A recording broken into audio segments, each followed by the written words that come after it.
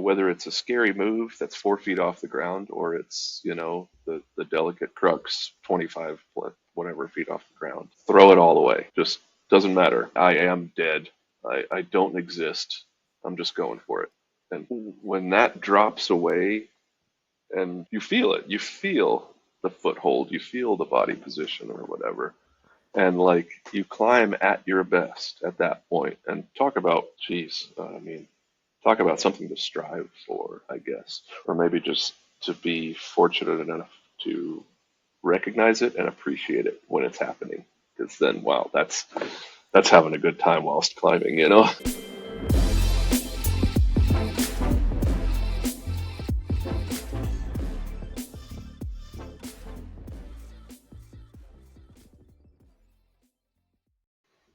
Chris Schulte, welcome to the Testpiece podcast, man. How are you I doing? feel welcome. I thanks very much. Again, thanks for having me on, and I'm doing great. I got a beautiful spring morning here at the end of February in the mountains of Tahoe.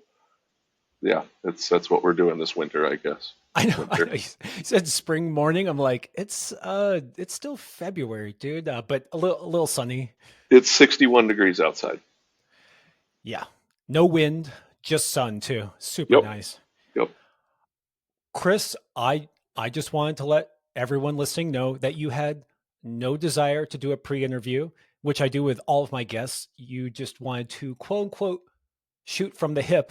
And I think that says something about you that will probably be part of the thread of our chat today, man. That's definitely sounds like something I would say. Yeah. And then promptly forget about it, like what I said.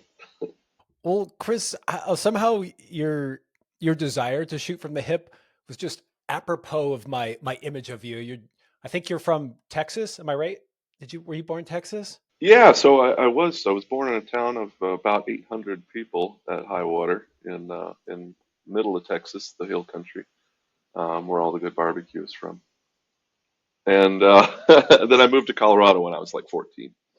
So that means when you say shoot from the hip, it means the gun you were given at 8 years old. Actually, you get. Yeah, absolutely.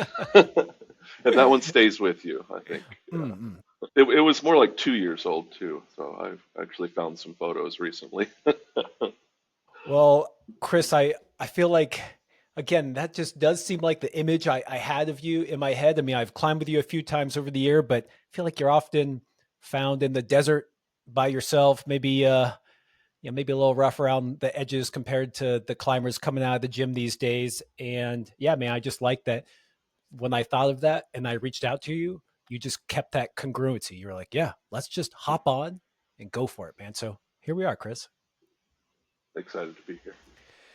All right. Well, Draw. for those of you who don't already know, I still want to give people a little bit of context, even though Chris, you've been climbing a long time, man. For me, you represent the first person I knew who openly championed compression climbing, which Mhm. I'm sure there were others. I don't know, but for some reason, I always thought of you as the pioneer of that style. And you always kind of looked the part for me too. You when I met you, you looked more like maybe a wrestler than a stick climber. And despite my likeness to probably the stick climber, I always coveted the burly style. So yeah, for some reason, Chris, that was kind of my image of you. That's funny. Most people, when they meet me, usually what I get is, I thought you would be a lot bigger, though, because I'm pretty average sized. I'm like just a tick under 5'10", I bet. Maybe I'm 5'10". I don't know. I'm getting older, so my spine's starting to compress. Those big falls, But yeah. yeah, pretty much. Yeah. Well, you have over the years you've FA'd many climbs, Chris, up to V15 or 8C, and I want to say you were one of the earlier ascensionists of the Big Island in Font. Am I right on that? Yeah. Gosh, I used to have these numbers.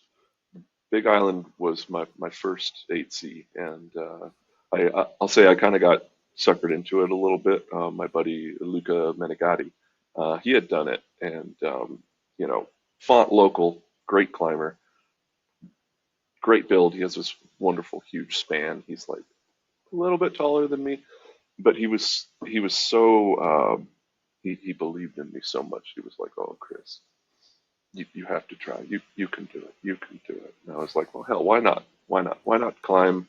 Why not try to climb a V15?" And in a way, in a few different ways, that was kind of silly to me at the time. I'd done, a double handful or so of 14s, but I didn't really. There weren't a ton of 15s out at the time. There weren't as many 15s then as there are like 16s now or whatever. Like it was, yeah, it was a little while ago. So he basically talked me into it and instilled in me the belief that I probably could do it. So I spent the next two trips to Font just absolutely throwing myself at this thing, battling conditions. And for a while, I think I was the shortest person to do it. But then I think Keenan Takahashi did it, and he's a little bit shorter than me too. So I think he holds the title. So it's mostly these giants, that seem to just, oh yeah, I did the Big Island in a day, 2 sessions, whatever, and you're like, damn. Well, times change. Those kids are strong. I think Keenan's got a +6. So Wow, yeah. So wow. maybe he's cheating. And he probably has that young kid kind of like slumped over look too. So he might be taller than you think. Yeah, I'm curious. Back then, I don't think there were any V16s, or maybe Joya was like this thing that we thought maybe existed, but I'll bet you, I don't know what other V15s were even around back then. But we had like Terre and things like that. Well, and there were also, a handful of things that turned out to be harder than we expected.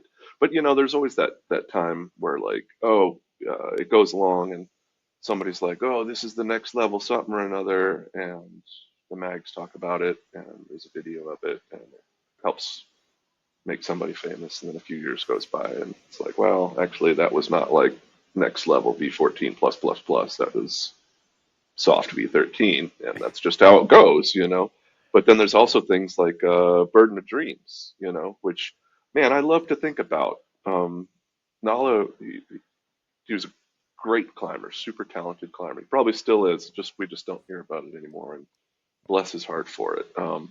But it was funny at the time because like he basically put a bunch of time into this thing and was like, "Hey, yeah, this is pretty hard, FYI." And it felt like the climbing world was kind of like, "Oh, yeah, is it? Okay."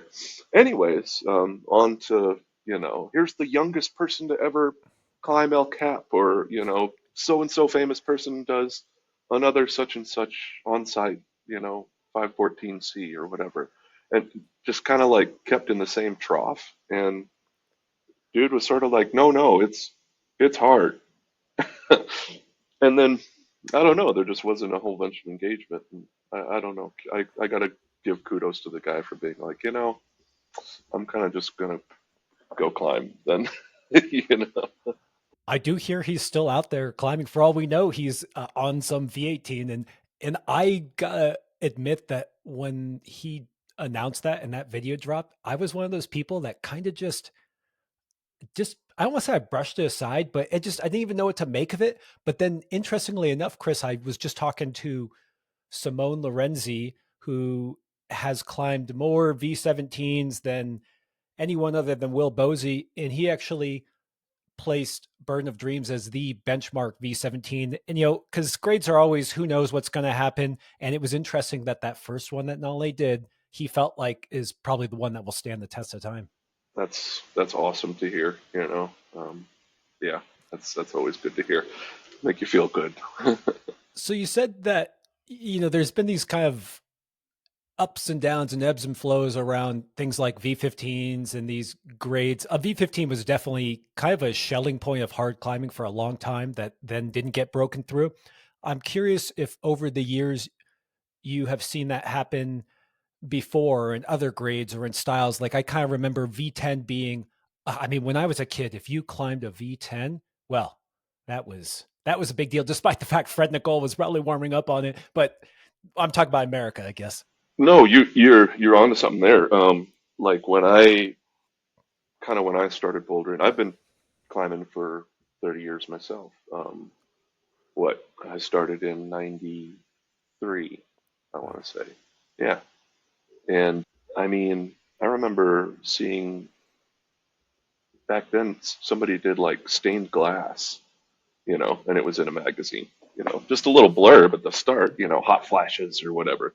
And but yeah, it was sort of a different set of benchmarks. There was kind of this long period of time, wasn't there, where like everybody's kind of going along and oh, climbing some V11s, climbing some tens, the occasional 12 and stuff like that. And then like there was Fred, you know, and there were very few other climbers like that. It was even a couple of years before like Baron Zangerl came along, or one of my heroes from back in the day, Clem Loskop and Tony Lamprey, and those were some dudes who like they were absolutely crushing stuff. They were putting up new, really hard, really physical things. It wasn't like how small of a hold can you hold on to. These guys were like moving furniture up the stairs type of stuff. And like, they're not small dudes either. Like Tony Lamprey is a huge human.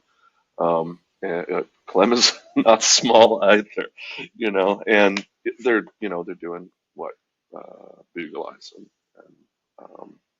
Bocas's fridge. Speaking of compression, Ooh, nice. Tony Lamprey was probably, I would put him as one of the earlier limit pushers of the compression climbing style.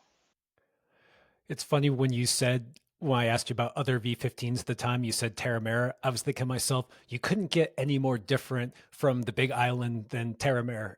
Yep, And yep. Yeah, that's a hard style. I've looked at those holds. I've never pulled on to them because they just look, I guess I always leaned more towards the bigger, thuggier side. And yeah, Clem Loskott, always an icon for me. I got to meet him when he did the Real Rock tour for the Dosage, where they did the Deep Water Soloing, and Oh, nice. yeah, and I Uh just huh. I shook his hand. I thought to myself, I gotta go do Lost Scott and do Smoking Barrels someday, and Yeah. took me a couple decades, but Well, well, let's talk more about compression climbing, and maybe we can start back in the early years. You started in '93. I'm guessing you weren't instantly doing compression climbing, but when did that word even enter into your vocabulary? Yeah, when did that come into the climbing vernacular for you and kind of the US? it wasn't in the U.S. And I climbed years. I probably climbed 10 years before we ever started throwing the word compression around. I wish I could remember where I heard it first. And it may have been in reference to like Lost God or Lamprecht or whatever. But two short parts, I guess, to the answer. I remember the first compression climb that I did really quickly and was like, huh, okay, that makes sense. And that was kind of fun. And I didn't like split any tips. And that was this little kind of roadside thing in Moab. And then, whatchamacallit, the bear hug up in Little Cottonwood. Hmm. What do they call it? Backwards bear hug, something like that. But the first time I sort of latched onto the term, or maybe more appropriately, the first time there were a few of us climbers sitting around having a discussion about the compression style, was in Font. And we were talking about Julian Nadiris, Hmm. another climber, super talented dude, really strong climber. I think he put up like the Tajine and a number of other things in Font. It was like, oh yeah, it's like V12, and it's, turns out years later it's hard V13 or more. Um, but I remember, secondhand story. I was talking, I think, with Keith Bradbury, Uncle Somebody, made some fabulous Font films back in the day. But he was telling me about just what a beast Julian was, and someone had asked him like, what's your favorite style of climbing? And he gets this grin on his face, and he's like, compression. And the dude was like, I thought his freaking t-shirt was gonna like explode at every scene. It just turned into like this V of a human, you know, and muscles are popping out, and his neck goes all the way to his shoulders or whatever. And yeah, that's that.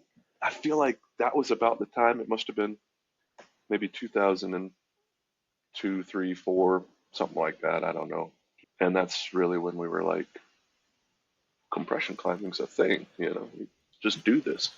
Yeah, I was trying to think of what climbing was like in the 90s, and there was a lot of vert stuff. Like that was kind of Smith Rock era. I know it's not bouldering, but very vertical, thin, technical.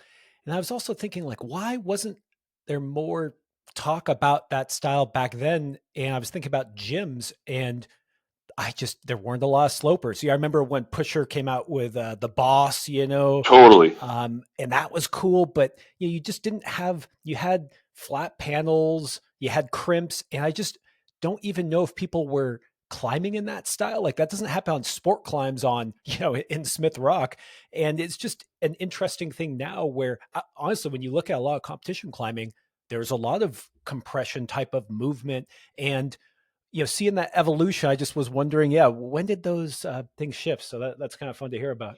You kind of nailed it, from the American perspective in the 90s by bringing up Smith Rock, because most of the 90s and probably a little bit before and after, climbing, whether it was on a rope or on a boulder, seemed to be about like how small of a hold can you hold, but not even like in terms of crimps or whatever, because obviously we're holding smaller crimps nowadays than back then. But how many monos were out there in the world, you know? And we had such a wealth of influence from French sport climbing in the 90s over here. I mean, how many awesome photos did you see of somebody like on the two finger crossing over to one finger, you know, and on this sweeping blue French limestone or whatever. And those images coupled with like, whoa, that's a one pad mono. It really sticks with you. And I have to admit, for a long time, I was all about pockets. I loved it. I loved pockets. Campusing monos, awesome.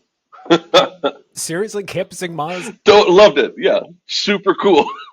No, in Durango, where I really started climbing, there's a lot of sandstone around there, and you do get the odd run of pockets or whatever.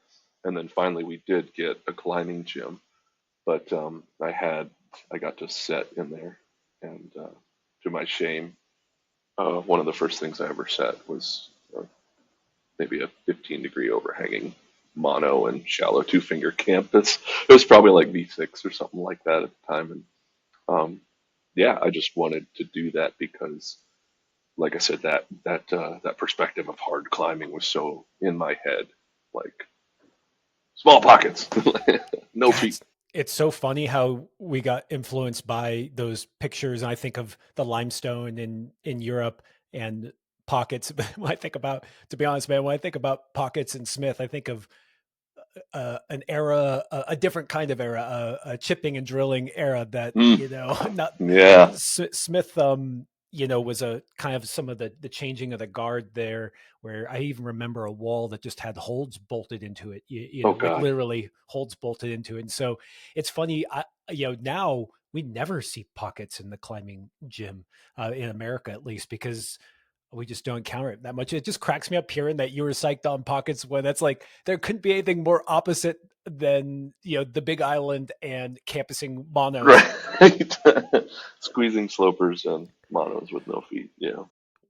I know that you seek aesthetic lines and you also seem to excel at compression. Just tell me about the climbs you've chased over your career and why you were attracted to them. Well, that'll take a second of reflection because, yeah, I used to be attracted to much different things. When I started climbing, my heroes were alpinists. Barry Blanchard, Mark Twight, and so on. And I wanted to go to big mountains and climb stuff in the Alps solo. I wanted to go to Cerro Torre and the Ruth Gorge and stuff. Jared Ogden was an early mentor of mine. We lived in the same town.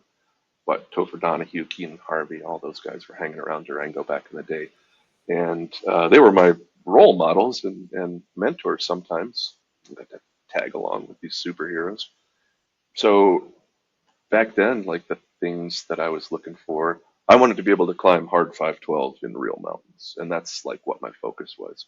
So when we got a climbing gym in Durango, it was a big switch for me because most of the time I've been, soloing mellow ice and a couple of odd mixed routes and San Juans and stuff, and going out and trad climbing at East Anmus or whatever. But most of the time I was bouldering with what I'll call a pretty small and eclectic crew that was more like a bunch of surfers or something. Like nobody even had grades, their scale was, this is a good warm up. This one's pretty cool. That one's pretty hard, and this one's freaking awesome. And yeah, that was kind of their scale. I'd try to button down like, what's this? Is it V5? And they're like, just don't worry about it. Like it's hard enough, or whatever. And so when we got a gym, all of a sudden I'm like, word, I can now understand what grades are better than, I don't know, my crags and local boulders.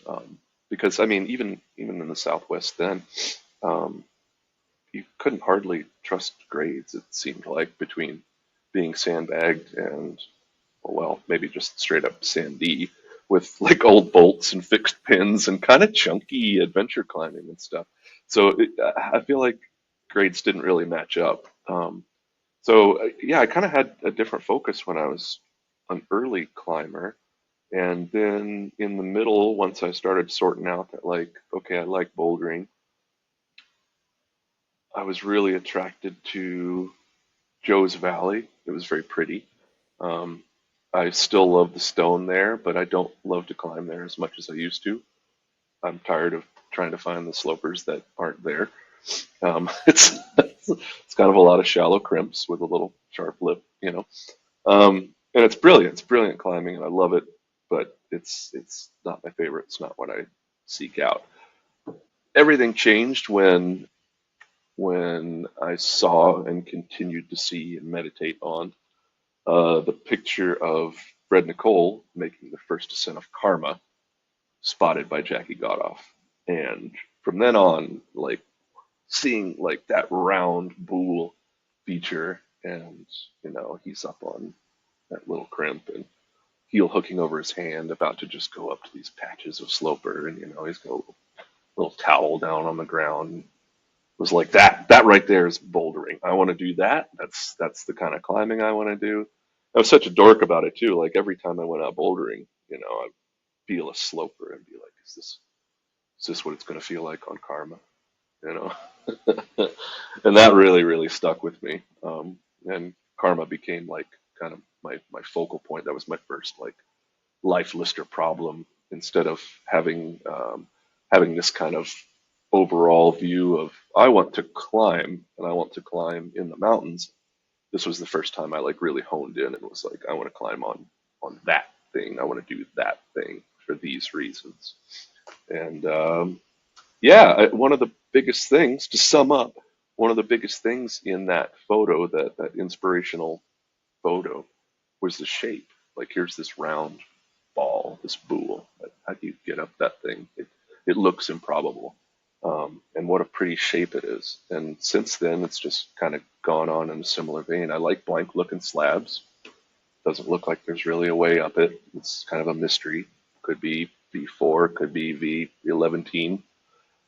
And I like barrettes and so forth because I mean they're beautiful. There's these beautiful striking shapes. You want to be a part of that. Like I look today, no disrespect, no smoke intended, but I look today at there's a lot of hard climbs right now, and maybe this is just a growing pains thing, but there's a lot of ugly hard climbs out there right now.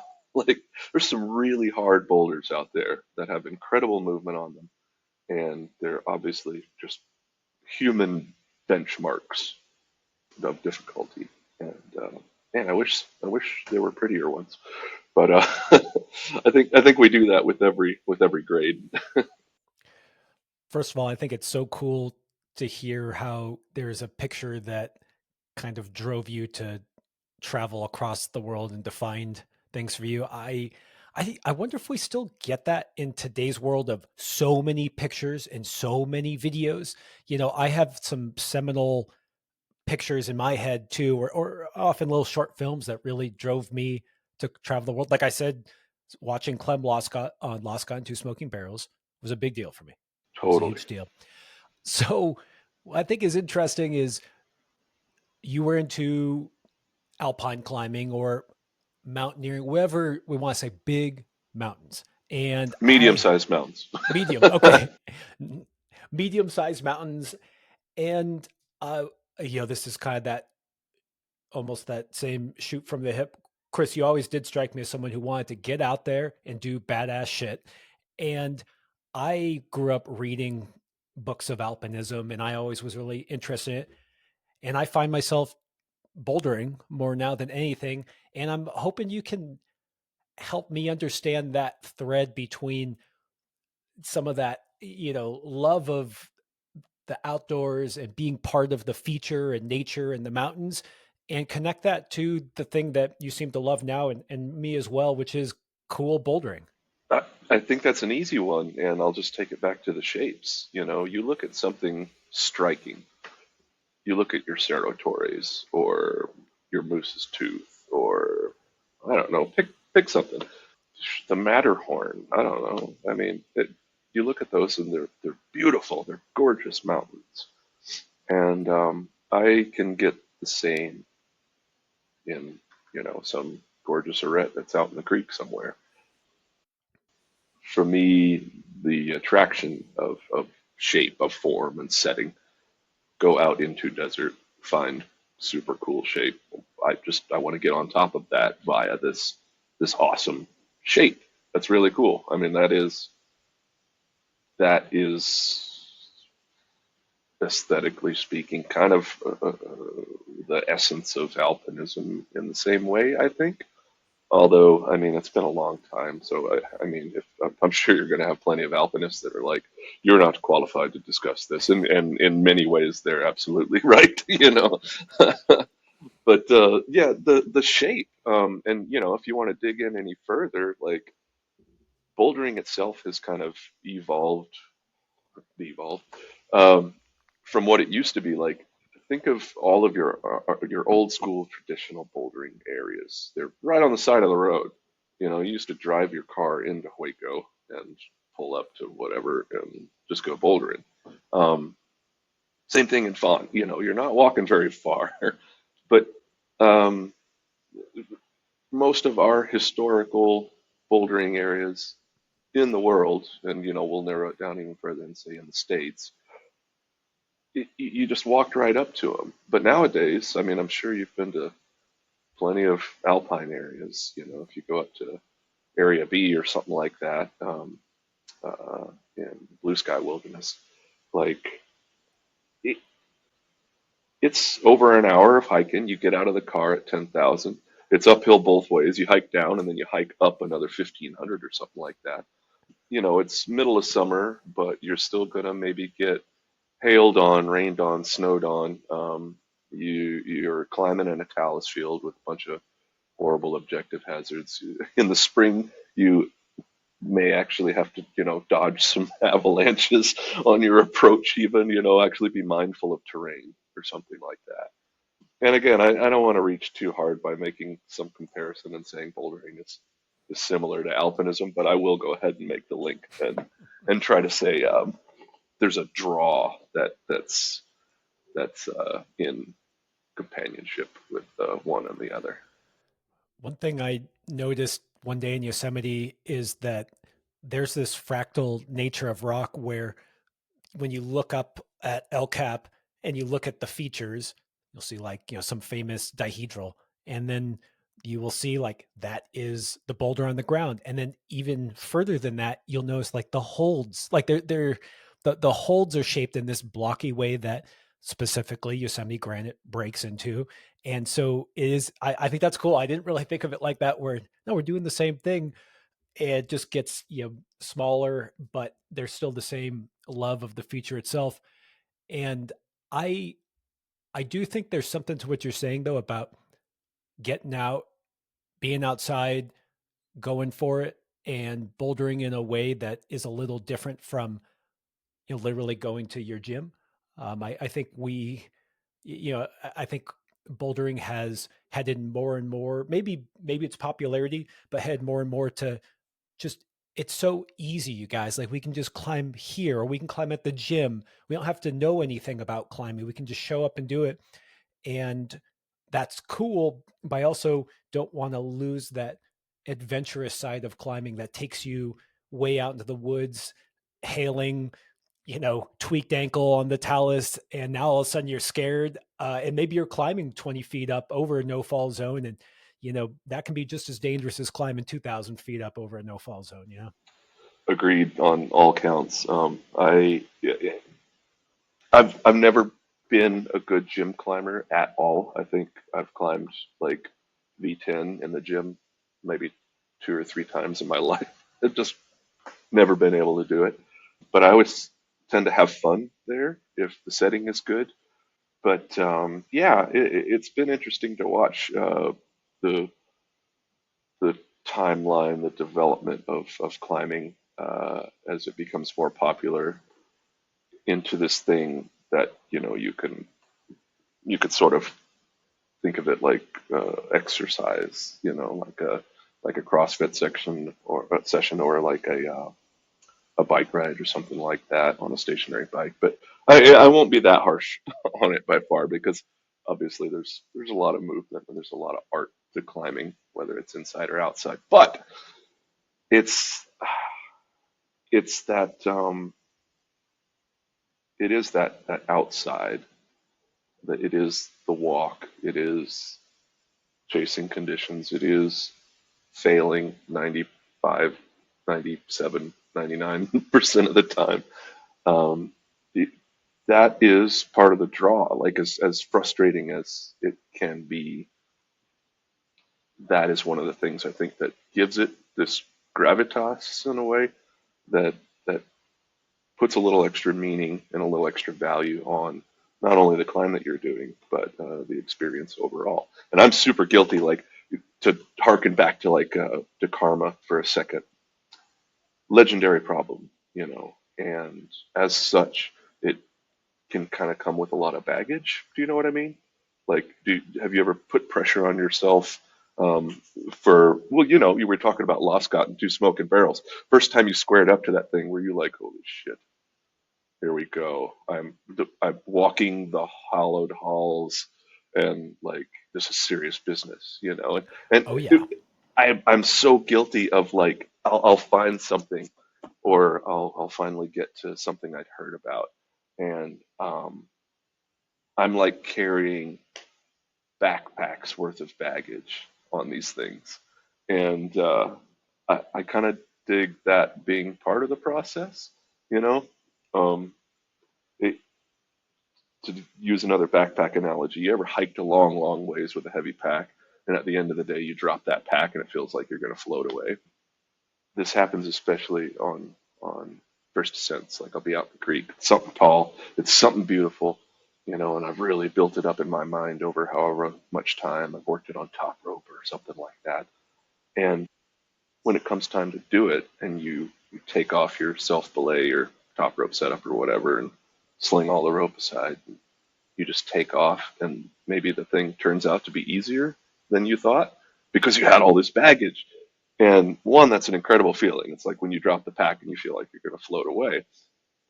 But also, like, what an adventure, It's kind of like there was when you're a kid. Oh, well, I think there's a monster under the bed. Well, look under there, and well, there's no monster under there. I can just sleep peacefully now, and float away, and that wasn't so bad, was it? That's great. What an experience. Well, that whole concept of adventure is kind of why I'm poking on this, is that the evolution of climbing, or the growth of climbing, has led to people coming in as maybe they're doing it for some exercise. And, I'm like you, where I don't want to denigrate people's enjoyment of whatever they're doing. It's not really my place to say. But what I will say is that I was a 10-year-old kid in the gym doing my thing, went to a birthday party or whatever. And I then had people take me outside and scare the shit out of me on Awesome. heinous cling. That was my first 12A in Smith Rock, nice and run out. Awesome. And so I don't know if there's people doing that as much these days. And so hearing from someone like you that, hey, you can go and pull on some holds in the gym, awesome. But guess what? There's a whole nother world that we could go hike out there, get scared, see a bear, and get way off the deck.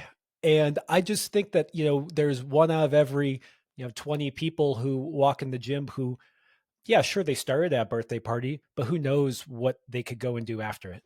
No, totally. And yeah, as much as we like to use use that kind of story, that origin story, as a bit of a, maybe a little bit of a derogatory joke anymore. It's like, well, I don't know. You can come to things in a number of different ways, and what's going to be a determinant in what kind of climber you are is like, what are your motivations? What pushes you? What appeals to you more than anything? Appeal. You know, it doesn't have to be something that pushes you or challenges you. Like, what do you like? What do you want to do? Because that's how you get good at anything. If you want to get better, you got to want to do the thing. First and foremost. Well, let's go back to some of those early years of bouldering as you started catching the bug and tell me about the places that were available to do it and how maybe those places have changed and just what the whole scene has gone through in the past. It feels like it's been a big change in the last decade, but I'd say the decade before that was probably an even bigger mindset shift and opportunity shift for bouldering. I think you're right. I think from, let's call it 2002 to like 2014 or something, we can look back now and sort of be like, this is a little slice in time that we can remember as, you know, um, exhibiting these characteristics. And, same thing for the last 10 years or the 10 years before that, something. Somebody, I want to say, put it really well to me. Industry person for a long time, and one of those folks that's seen a lot of sides of the table. They'd worked in sales, they'd worked in marketing. And we got to talking about American climbing in the very early 2000s. And they said, what happened is we ended up with some talented climbers all at the same time. And sort of, it was at this time of like a groundswell of interest, not just the first inklings of, wow, climbing is really actually kind of growing in America. It sort of coincided with like the popularity of bouldering taking off, the ease of becoming a boulderer, like shoes, pad, guidebook, and you're kind of there.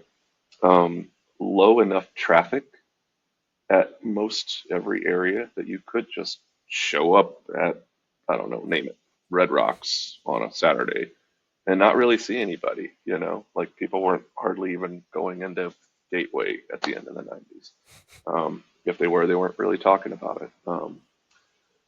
Same thing with the milks or whatever. Like me, I started in Durango, Colorado, which is it's a nifty place. It's pretty far removed from everything. It's in a inconvenient corner of the state, but it was great because we had just really accessible climbing, and you could ride your bike for 5 minutes or the trolley from a coffee shop downtown, and then hike for 10, 15 minutes, and you're at Boulders or at a crag or whatever. That was pleasant, and I came up in that for quite a while with that crew I was talking about, where like we didn't really have grades. And then, gosh, it must have been maybe 97 or 8 was the first time I went on a climbing road trip. And we went to Joe's. Joe's was pretty darn new at the time. And we went to a little Cottonwood. And it was really kind of eye opening for me because, like, I saw these things that I'd heard of and was like, oh, awesome, Smoking Joe or whatever, Bear Hug. And on that trip, I realized like, well, I can climb V8, I can climb V9. That's kind of cool, because I'd never really been exposed to it before. I want to say one of the biggest differences between then and now is popularity. It was such a smaller scene. Traffic was so much lower. You could just roll up to a popular area and go climbing.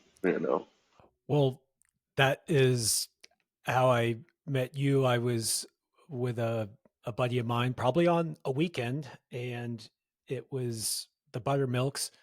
You rolled up, and my friend knew you from Boulder. And actually, funny side tangent, I always had heard you were really good at compression climbing. You proceeded to warm up on Soul Slinger Right, which requires you to really own a very tiny edge on like a little tricky V8, V9. I was like, huh, interesting. Well, that doesn't seem like what I thought. But yeah, there was not a soul around. And to that point, the soul that was around, you guys knew each other. Yeah, yeah, that's fair. That's kind of a good reflection of sort of how it used to be. Well, what happened with what were the ethics or what was yeah, w- when people took you out bouldering in the 90s versus the 2000s and now into the teens, was there ethics around tick marks, around brushing, around giving beta, around where you placed your pads, just what was it like back then compared to now? Everything like it was in a lot of ways it was at once kind of Wild West and also maybe even more hard nosed. Like we love throwing around terms like leave no trace now and Jim to Crag. Um, there were a lot of people back then that were like so much more focused on that. That was part of your upbringing, if you'll permit me a phrase. Like when you were a new climber back then, a real part of your intro to the sport was like hitching up to some old dude and having him show you the ropes. Um, and part of that was like, hey, clean your shit up. Don't make a mess. You don't need to use all that chalk, and brush that tick mark if you think you need to use it. But I don't know why. Why don't you just remember where it is or whatever? And, it wasn't like there weren't a bunch of pads, at the time you couldn't, I mean, there were probably two or three pads on the market at all when I started. Um, there was like what were they called? Fish mountaineering or something like that. And they made like big wall gear, but they made this massive pad. I think it was called the Maxi pad. And then otherwise there was like a small Metolius, and that's pretty much all that existed. Cordless. I got to shout out Cordless because Jared Roth over at Pusher just kind of like a little release of an old shirt with the Cordless logo on the back with Bruce The Lee that I the had Bruce Lee to get. one, oh Yeah. yeah, I saw that. I saw that. When cordless came along, I think I got off track earlier. We were talking about sort of the ascendancy and the difference of the times. When cordless came along, that kind of coincided with the industry dude talking about we've hit a groundswell where we have popularity and climber and equipment and this cool factor that didn't really exist before, because I feel like we went from, drilling monos to sport climb to like concurrently, if you're not like on the verge of trad death, in the mountains or run out in Tuolumne or something like that, you're not a real climber. You're just out there playing your little game. And they would throw the caveat. Well, I mean, John Gill's cool and all. It's pretty neat to do like a front lever and stuff, but like you're still kind of just playing around and practice climbing. You know, we didn't have mega high balls back then, really, except for what your backer problems in Yosemite, which like it, they were kind of like solos, but they were also kind of like boulder problems, but he didn't have a ocean of pads underneath him. So what was it really? Like did the equipment define what we were doing at the time? I'm I'm not really sure. Maybe to some extent, but yeah, people were really hard nosed about ethics. One of my early heroes was a girl named Chris. She grew up surfing in Huntington Beach, and then moved out to Colorado. And she was super tan, hard as a coffin nail, just solid, strong climber. And you know, she was all about secret spots, as maybe a surfer would be. Like, you go back to the valley, you don't belong here, type of thing.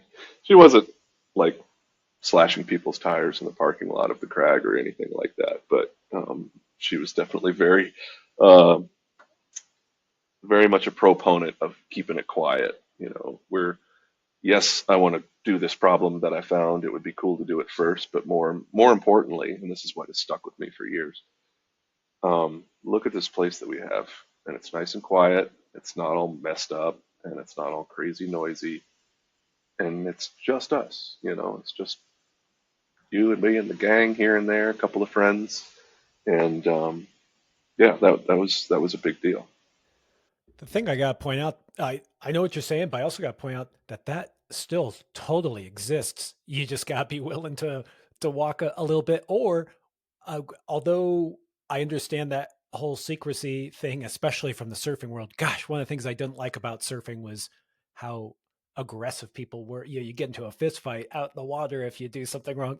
Didn't enjoy that personally. Yeah, Is that people will surely include you in that secret spot if you show yourself to be someone who belongs there. And that's, but this is the tension here that I always see, is that the way you showed yourself to be one of those people was to be inducted into the fold, kind of go through your little mentorship program. Maybe you don't. Yeah, I said tick marks. People don't even use tick marks, but if you did, perhaps you'd brush it, and then you earn your kind of stripes to, go on to the next cool spot. And I just think it's tricky now because who's there to help usher in the mass influx of people to teach them the right way? And I know that you're more and more active as you've gotten older with the Access Fund, with the AAC, as you're wearing that hat. And I want to hear more about your move into that, because as someone who was part of some of that era, I was a bit younger and maybe I didn't understand what I was doing. And although I was taught all of these ethics, I got to tell you, Chris, I don't know if I was as careful about it because it just felt also big. And, or sorry, when I say big, the landscape was big. I felt like I had no impact. When you're mm. out in the woods by yourself, and I grew up on a farm out in the middle of nowhere, and you just feel like you're so tiny. But as I've gotten older and the sport's gotten bigger, I've had to kind of be like, oh, wait, every little thing I do matters, everything they do matters, because collectively we make big impacts. All true. And I have to say, like, you use the analogy of being a small person on a big farm or something like that. One of the things I treasured about where I lived was there weren't a ton of climbers around. So we, in some ways, kind of gave ourselves license to behave in some ways that maybe you can't really promote these days. I've done a bit of trespassing in my life. This is not something I can stand behind anymore because I have learned over time that, yeah, chatting is often better for everybody if you go ahead and maybe do that first. If not, well, maybe, I don't know, there's something to be said about checking that list and earning your stripes so you can trespass well. I don't, I don't know. Um, Again, just a smaller world and a different time. But I I hear what you're saying, and there's been a number of initiatives over the years. It's obviously been a huge discussion for over 10 years as we watch climbing get bigger and bigger. What do we do? What do we do about all this impact? What do we do about all of this traffic? On one hand, we've got folks that are like, look at all of us climbers. we're like a lobby now. We're a real user group. But at the same time, there being so many more of us than there ever were, descending onto what used to be a small, quiet crag, obviously that's going to have different impacts than it used to. So we're almost having an issue of scalability where, like, can we effectively mentor each other now as it used to be done, in small circle? Like, yes and no. Yes and no.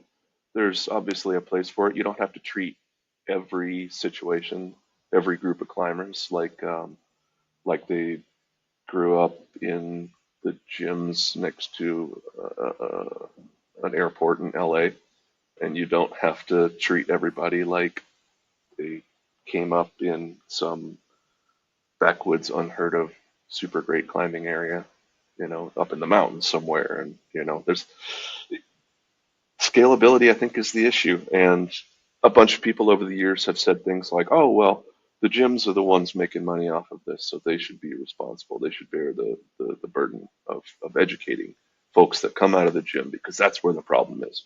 I've seen the crustiest, most hardline, grew out of the dirt climbers behave like total jerks, and because they, in effect, because they came from, well, it's just us out here. No one will ever know the difference, and uh, chipped holds or put up roots in kind of suspect areas, or, you know, um, tromping new trail across some private property or whatever, just never buried a turd in their life type of thing. Like, I've seen the really indoctrinated behave as bad or if not worse than the absolute noob who came out of the roadside gym. And over the years, there's been a bunch of efforts to try and address the scalability of mentorship. Um, One that always stands out in my mind was a few years ago, Black Diamond and the Access Fund did a series called the Rock Project. And it was a Jim DeCrag initiative, educational initiative. Do you remember the Rock Project at all? I don't. I wish I could give you some dates. It's been, 10 years or more now. But Access Fund and BD basically said, all right, we're going to get a bunch of athletes together. We're going to go to these metropolitan areas that have both climbing gym scene, and they're pretty close to outdoor rock climbing as well. And we're gonna we're gonna teach some Jim DeCrag, by golly. And so what we would do, we would go to, Salt Lake or Seattle or Brooklyn or, so on and so forth. And we'd spend a day in the gym, and then we'd spend a day out at the crag the following day and sort of help these people who had never climbed outside in most cases get their head around, like, everything from parking and pooping to, like, um, stay on the trails, single file line, clean up after yourself, brush, don't be blasting the Bluetooth speaker. Pretty basic stuff when you think about it. But also, I mean, if you never had to think about it, it's really easy to not think about. So that was I think one of my favorite first early steps at the climbing industry itself, trying to address the growth in climbing and sort of get ahead of it. Well, what you just said there, where some people can behave poorly, even if they're, or, if they never went to a gym or they weren't noobs, but they were kind of just outdoors always and they maybe didn't get taught some certain things, is I think just taking this mindset of recognizing that you aren't alone and that you want to preserve these places forever. And so when you talk about chipping, honestly, the biggest reason for not chipping is because you don't want to ruin the rock for tomorrow, right? It's a selfish perspective to chip because if you don't realize that this is something that we all enjoy, don't do it. And then parking is a similar thing. There's more cars than yours. Or if you establish parking in a place it shouldn't be, you're going to ruin an area. The rest, utilizing the restroom if available, or understanding how appropriately dispose of your waste also really important? Because if everyone did it right under that, right under midnight lightning, it would be shitty.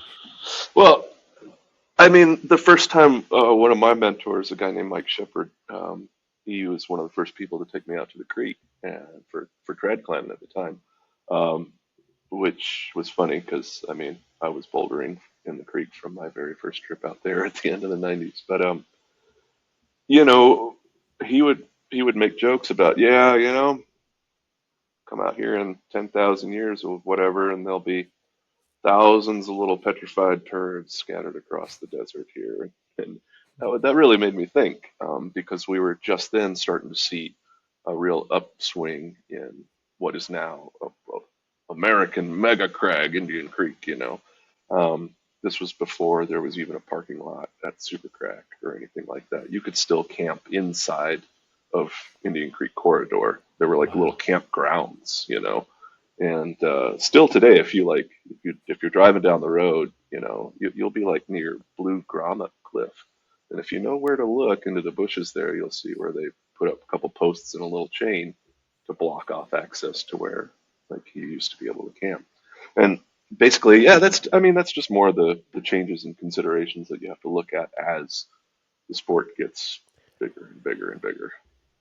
All right. I don't want to sit here and browbeat anyone too much, but I do like that you also stated, hey, you know, I wasn't perfect when I was younger, and but this matters. I think it's something that when you're around long enough, you just start thinking less of yourself and your day and how you don't want to, take the long trail around. You start thinking about the future. So yeah, I don't want to spend the whole chat just yelling about how people should do things, but it's it is important. And I think when I see guys like you who have had a long history in climbing, more often than not, at some point in your career, you kind of have a little shift and you stand up and say, hey, I gotta give back a little bit. You gotta recognize that there were times when maybe I took too much and now it's my turn to go out and help build a trail this time. Yeah, and I got to say, apropos of that, incidentally, I'm working on a little bit of a project that hopefully is going to address some basics, sort of a multimedia project, and yeah, it's going to be pretty education focused. So we'll see how that turns out. Keep your eyes open. Yeah. I like that little teaser. That reminds me, Chris, that we were just talking about how you don't use your phone, how you don't like having signal. But Chris, you're really good on Instagram. I want to hear more about your like why you're so good at Instagram. But I also want to connect this to some of the I don't know if ethics is the right word here, but what about videos and beta and how that's evolved and just you kind of came up in an era where video was not exactly the thing that you did for every climb you got on, every attempt, whether it was indoors or out. And yeah, so what is your now love of putting out media and how has that evolved over the years? Uh, love is a strong word to use. Basically, as my role over at Black Diamond developed over the years, I've been with them 20 years now. Wow. Yeah, basically one year, one of the marketing managers pretty much sat me down and was like, "You got to get an Instagram." And I was like, "Shit, man, really? Do I? I don't love that." And he's like, "Got to play the game, dude. This is how it's gonna be." And you know, I gotta jump around to tell this story. The first video that was ever taken of me climbing, I did a FA in Durango out at Turtle Lake, thing called Shapeshifter, and pretty good sized V10. Um, and it was recorded by my friend Garrett on a shoulder mount VCR camera that he borrowed from his mom. God, I hope that footage is somewhere. I've asked him about it before, but anyways, I had my dad's Nikon for like my first trip to the creek. We buy the occasional like disposable box camera, a couple Polaroids back then, and it just wasn't. It was a pain in the ass to do, basically. Like, hold on, let me stop everything and try to capture this moment when, both uh, subject and object, whether you're a climber or observer, everybody felt like so wrapped up in literally living that moment. Like, this is why we're out here. How freaking good is this right now? Or how scared am I? Or whatever range of emotions you're experiencing. It wasn't like it wasn't just this automatic urge to document everything. Not only because it wasn't as convenient, but it just didn't seem, I don't know, it just seemed like a little extra something that you had to do. And for years, I still hate this. I still hate, like, okay, I have to be, video director, producer if I want to make a video of this thing. I've got to pay attention to this. And is the light right? Is the camera sensor staying cool enough? Is the battery staying warm enough? I can't tell you how many times I walked over, like my first junky camera was a good old workhorse Canon T3i. And can't tell you how many times I walked over to that thing to just see the fold out screen that said, movie recording has been stopped automatically because, whatever. And oh, I hated it. I hated it so much. You know, it was just I want to do the thing right now. I don't want to be focused on documenting it. You know, so I never loved Instagram. I never loved messing around with like making sure that the thing was getting recorded. But since I was a little kid, I wanted to be a writer. It seemed so cool to me. Not only have I been, a pretty avid reader my whole life, I love reading, but also the era I grew up in, it still seemed like really reasonable to make a living as either a journalist or a print reporter or a novelist or whatever. It was pretty common. It was even in everyday media. I remember I grew up on Magnum PI, and Magnum's boss, who owned the big mansion and airplanes, what's his name, Robin something or another. Well, he was a famous author, and I was like, damn, this dude's got a mansion in Hawaii and an airplane and a Ferrari, and he just writes novels. Is that like that's kind of wild? Then more seriously down the line, I got into, as most teenagers do, I found like some Jack Kerouac and stuff like that, and was like, "Whoa, this dude's writing about being in the mountains. I can feel this. This is cool." And who did this guy influence, and who was this guy influenced by, and on and on. Thomas Mann, Herman Hesse, and so forth. I developed a love for writing, and I started to be able to find my voice.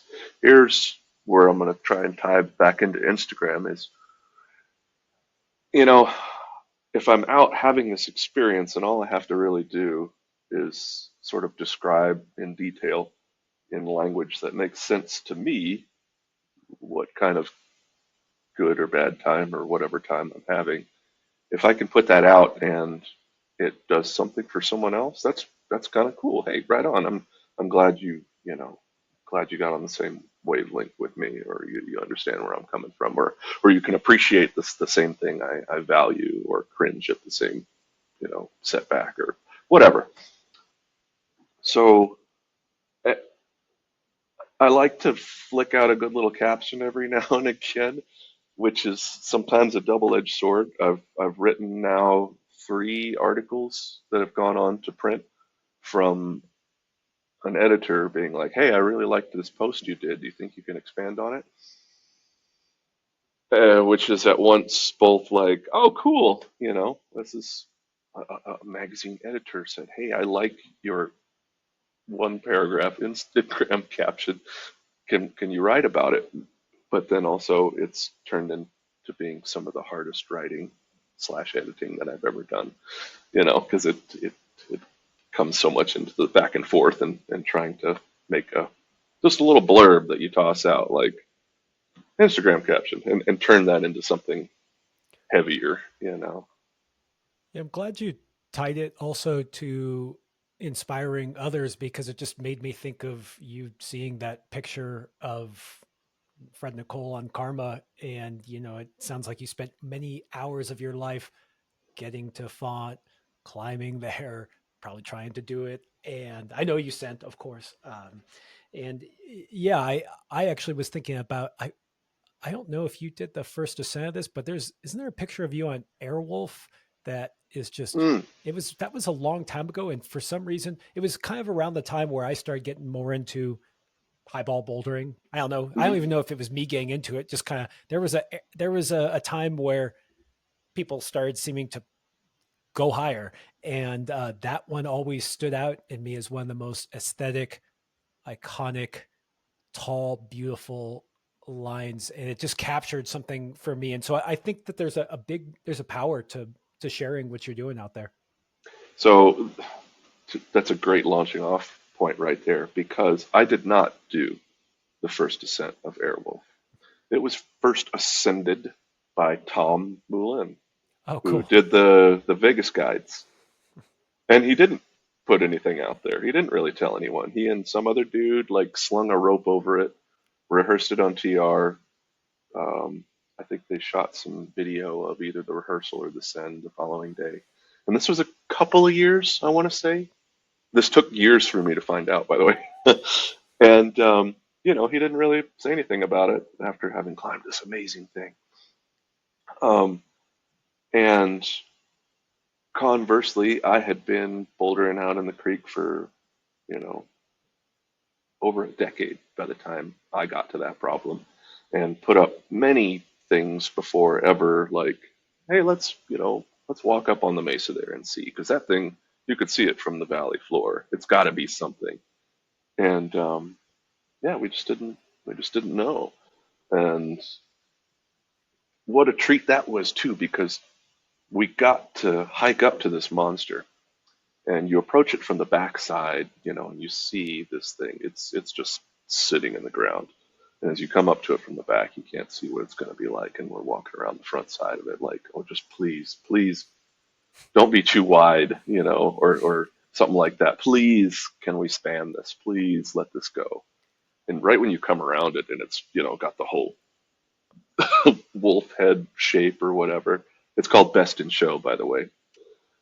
But it, it was both just so awesome. Yes, we can climb this. And like, there was also this fear that bubbled up like, oh shit, we can climb this thing, So since Tom basically did this thing with his buddy and didn't really tell anything about it, me and Mike Weiss, we got to roll up on this thing just like it was brand new and untouched.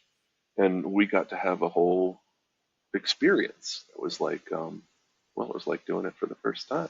Brushed it up a little bit and charged off from the ground and just went as high as we dared and so on and so forth until you finally like commit and then get it done. And wow, that was something else. Now there's videos of everything. I'm sure I can go find a video of, I guess it's not called Airwolf, but sorry, Tom. It seems like the community has decided it's called Airwolf because that's a damn good name. Uh, and it sounds really cool to have that adventure. I mean, I know what you're talking about, where you just don't know the beta and there's no video. And yes, this can be done in uh, on developed boulders, but I also remember doing some stuff. I was lucky enough to get the second or third ascent of some really cool lines here in California, and I say lucky enough because I just didn't know how they went, and sometimes they're tall and you're under it. You're like, so I mean, it must be okay up there because he didn't die, so I mean, it probably Right. goes, and so now that we're in an era where there's videos of everything, I'm curious, have you shifted to, if you're going to, if you were to go to Karma today and you hadn't already done it, would you be combing the internet for intricacies of beta, or do you think it's more fun Oh, to just absolutely. Yeah. interesting? 100%. I Here's an example. I've never been a very good like on-site or flash climber at, at upper grades, I guess. One of the first, for me, hard flashes was Conquistadors in Ticino. It's a V12, and I watched I don't know how many videos before I got on that thing, and I'm so glad I did. It turned out to be like a little bit more technical than I thought. I sort of approached it being like, it's squeezing, it's going to be fine, and there's a little bit of subtle tension on that thing, But yeah, I absolutely watched 8 million videos, everything I could find, and had a little bit of information on like, what how tall is the climber? Are they any good at this kind of thing? Because I had boxed it in, I had categorized it as like, okay, I want to try and flash this thing. So maybe from the onset, um, I was putting the problem in the box of here's what I want out of the experience. And so as such, I'm going to use these tools Mhm. to get this out of this problem, I guess. Yeah. Yeah, that totally makes sense. Good job. What a line. I Yeah, it's a good one. Yeah. Oh, ugh, geez. ugh.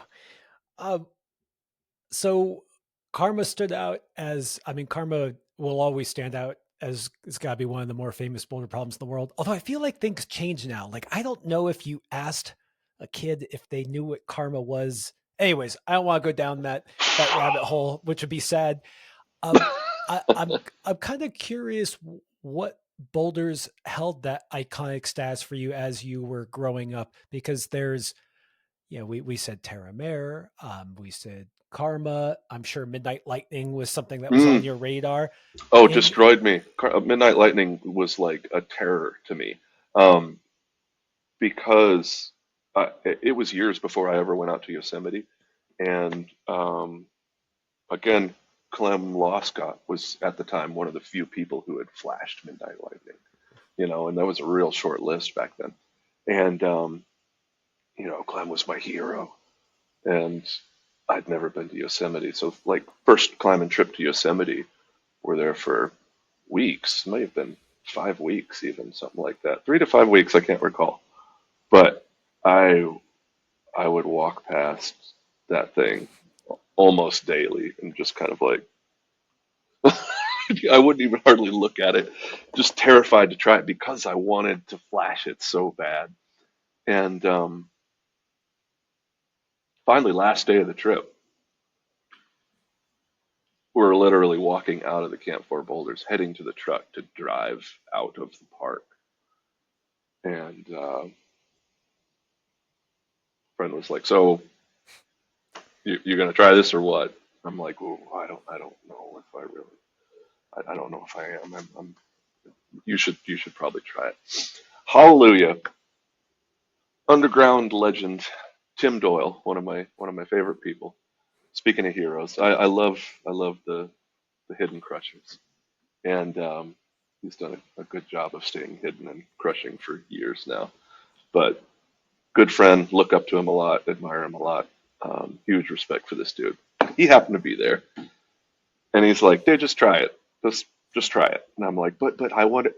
And he's like, "I really wanted to flash it too. Square up, grab the holds. You're going to do the first move. Your foot's going to slip. You're going to come off, and then you're going to do it second go because the pressure's going to be gone." And it was such a nice pep talk for me. I was like, yeah, all right, yeah, okay, let's just take it away. And he was right there to tell me what to do. Boop, and my foot didn't slip, and the next moves, and grab the lightning bolt. Feet are coming off. I got the lip. I'm flipping into the mantle, and pressing towards the jug and teetering back. Grab the jug, and holy shit, I flashed Midnight Lightning. Incredible, And yeah, I almost didn't even try it, because again, that baggage, that I love so much now, it was huge. It almost kept me from trying this life lister problem, this like world renowned and such a cool thing on every aspect. So yeah. that problem does live up to the hype. By the way, it is good. So something that I think is kind of interesting, almost a little juxtaposition for you is that you have done lots of FAs. You are often to be found in the desert or in the mountains, probably by yourself, brushing up something new and cool. But you also seem to really covet or love these climbs with a lot of history around them. And you say you bring a lot of baggage to them, and I just want to understand these two draws for you in climbing, where you have this desire to go have an adventure, and then you also want to kind of put your hands on history itself, and just what are the how do you link those two together for you? Well, thanks for noticing, because yeah, I do. I have a huge amount of respect for climbing history, our history as climbers, or collective history. I think it's really important. It is who we are. It defines how and how nicely, or how messily we got where we are today, and you just can't forget it. Um, Whether it's people or problems or summits or whatever, um, you can't forget where you came from, and we all get to participate in that. And as a reason, I'm a bit of a snob on this note, because I love font above everything else. I mean, I love me some Swiss granite up in the mountains. I love font more. Um, I I'll put bouldering out in, like, in the Bears Ears um, desert up there, but it's a different sort of experience. But one of the things that draws me to font is, somewhere over the years, maybe it's because of this more than 100-year history that they have, and how many benchmark grades and how many standard setting climbers have come out of it, how many different kinds of climbing, how many funny pursuits, the connection of alpinism to bouldering, all of this together, like it just makes it makes this place that I, I kind of have to put above everything else. Um, and it's because of the history, and it's because of that. I almost want to quit using the word baggage, because that sort of has a negative connotation to it. When, I don't know, it's let's call it shared experience or something like that. You know. Um, so in some ways, I'm kind of a snob, because I appreciate that place, um, more than any other.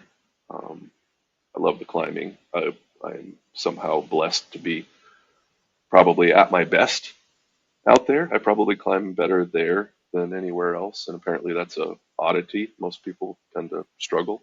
You either get on with it or you don't. And yeah, that history, that really stands out. That's cool that you take it all the way back to really kind of the origins of bouldering when we're talking about history, because for me, I apologize, I've been accused of being US centric in this podcast, and I don't do it on purpose, other than I am who I am, and I grew up here. I have not No one has traveled as much as they'd like to, and I don't always know everything. And some of the history that I trace is kind of Yosemite bouldering. To be honest, Hueco bouldering is a big to me. Hueco actually is in some ways kind of the birthplace of modern bouldering. That's kind of steeper, more powerful, athletic, and I I think it's cool that you take it even a notch further. It's like, yeah, but what's really the birthplace of bouldering? I know we could do a whole podcast on font, but if I don't know, I feel like we should still touch on it a little bit, because I'd like to hear it. Can you just briefly tell us about those early the origin story of font and bouldering there, if you know it? Well, I do want to be more precise, and tip a cap to our cousins across the pond.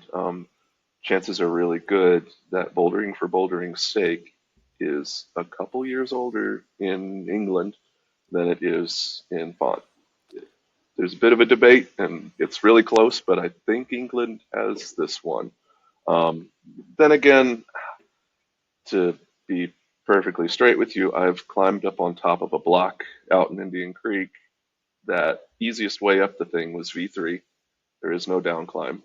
And I got up on top and I found some flint shards. Somebody climbed a V3 barefoot and then sat up there long enough to enjoy the view and fashion an arrowhead. So dates get a little weird. Humans are amazing critters. We've done some really cool stuff. But uh, yeah, what? History of font in a nutshell. It's really easy. Just Yeah, 100 right. years. Yeah. Uh, Brought to you by an American. That's not a. Good disclaimer. Yeah, right. It seems like a long time ago there were some folks out there painting some beautiful pictures, and there was a resurgence in realism and appreciation of nature that may not have been seen since the Renaissance. And folks were like, "Hey, let's go out and paint these grotesque boulders." They called them grotesque, meaning like weird, fantastical shapes, not like gross like we use it now. So they went out on beautiful days and painted light in the forest and cool boulders and carriage roads and whatnot. And people were having picnics, and it was a good time. And let's hang out here and drink a bottle of wine in the middle of the day and take the carriage back. The whole place for a long time has been a bit of a biological reserve. I wish I could tell you. I want to say it was Louis 13, 14. I'm not sure who built the chateau there as a hunting lodge and imported a bunch of different species of trees and animals to hunt in the forest out there. Hmm. Um, so, like, it was kind of an original uh, space to enjoy the outdoors. And I don't know how many times I've said this, like, if you're a spry person who's so inclined, like, what better thing to do on a nice spring day than, like, see if I can get on top of that thing? Like, it seems so natural. Like, it seems like such a, like, apple tree grows apples type of thing, like planet grows people, and why don't we climb on this thing? It seems really natural to me. Um, so all through, what would that be, late 1800s, people were just scrambling around on rocks, and and then turn of the century happens. People start scrambling with a will, with an eye to connecting to the bigger ranges. There's a bunch of names you could drop. Uh, but folks who were pretty much like, I want to climb in the Alps, but I live in Paris, you know. But an hour away by train, I have this whole forest of rocks that some of which are so close together, like I hardly have to touch the ground, and I can climb thousands of feet in a day, right from the train station, damn near. And yeah, that kind of kicked it all off. Is like I, I don't really know. I'm somehow offended by some of my mentors and forebears who decided to call bouldering this silly game when it was kind of born out of a desire to climb the bigger peaks. Like, well, I don't know. There's a lot of people in the world who can't they can't say something is good without comparison. Oh, this makes such and such look like a piece. Like it's just not a mindset I ascribe to. I mean, I think you hit upon something deep of climbing where it's just this idea of, I just kind of want to get on top of that. I mean, I don't know, that's me Yeah, at 7 years old, just kind of like, totally. and I will say, uh, this is why I want to connect this to where you're talking about how some of the hardest climbs in the world maybe aren't the most beautiful ones. And I think that there's, even using that word beautiful, there's a lot of ways you could use that, but I do think that when you lose some of that essence of just like, what's that thing like, I kind of want to get on that thing. And that's, Airwolf or best of show, stuff like King Air, sorry, just a climb in Yosemite, like just a midnight lightning. There's just something like deep that I like, those kind of boulders. I'm attracted to those. And I don't want to say we've lost the plot on things like sit starts or anything, because there's some classics that starts in Fontainebleau as well. But I love connecting what bouldering is to the Alps. I love connecting it to what it just means to be a freaking climber, man, and having that draw. And so, yeah, enjoyed that. Thanks for taking me over over there for a moment. We do like to debate what constitutes a real climber now, Mm. which half the time anymore it seems like a pass the buck kind of initiative. Like you get to point the finger at you know some noob and saddle them with all of our ills of over 100 years because they haven't seen what you've seen or whatever. And I don't know. Like, do you like climbing? What do you want out of it? Do you want to just get on top of that thing? Like, I mean, that was definitely the very first experiences I ever had of climbing anything. Down in Texas, climb up these little limestone cliffs to jump off into the river. Colorado, clambering up onto an easy flat boulder in my skate shoes with a handful of hooligan friends to take 4 minutes and 20 seconds out in the woods. And it- yeah, even climbing routes later, like trad climbing, like let's get up to that little ledge with the tree on it. That's awesome. Just get up there, move in the mountains, move in the space. So you've seen bouldering change a lot over, well, 20, 30 years. And we've seen a lot of new gear added. Like, you said that, well, there wasn't a lot of pad makers, first of all, and then pads were expensive. I actually have this memory of one time touring around and being in either Bishop or Squamish with a big group of people, maybe 10 people, and thinking, I wonder if there's ever been this many crash pads together. Right. Yeah, totally. And now it's commonplace. You go and there's literally, it feels like a gym floor. And the people can people can say negative things about that, but I also have seen that that has unlocked the ability to do harder and more bold climbs in a way that's maybe just as similar in danger and scariness as doing Midnight Lightning with. Yeah, I talked to Greg Lowe and he was like, I think I did it with a thermarest, you know? Yeah, right. Yeah, we had like some automotive mats or something like that. Yeah. So, this trajectory that you've seen, what do you think is coming? Do you have any insight into where bouldering might be heading based on how it's grown in the last 20 years and some of these trends and the principles that have stayed true that may continue into the next decade or two? I mean, we're given a number of clues, I think, if we look at our history.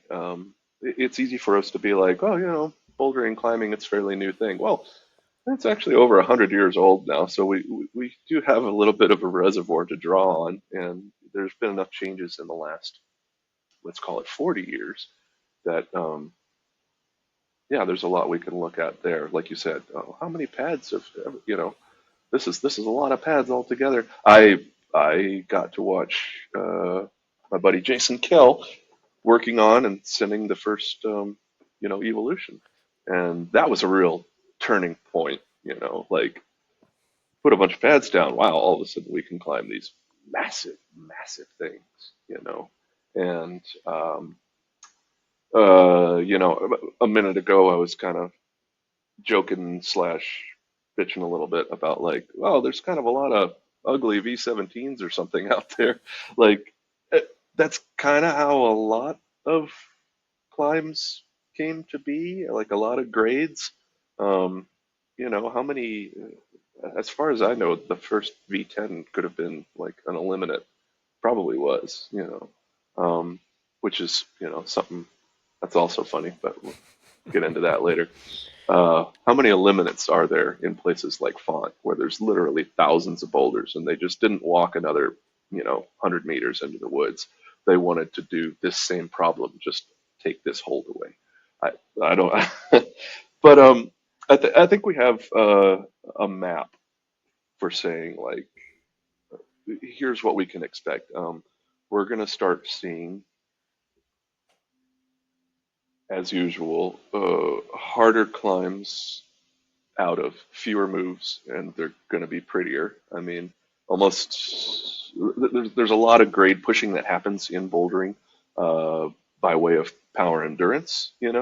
Um, you did four V13s in a row, and then you hit a V12 single move. Well, that's going to add up to a lot, and that gradually gets compressed into fewer and fewer moves until you end up with V17 and four moves. Ironically, I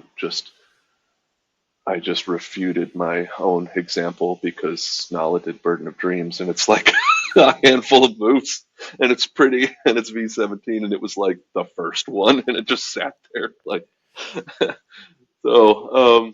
I think we'll see more and more of that. Like and maybe it's just my what I'm drawn to, but I think of things like the finish line or something in South Africa, like these beautiful things with a big number on them, and I hope we see more of that.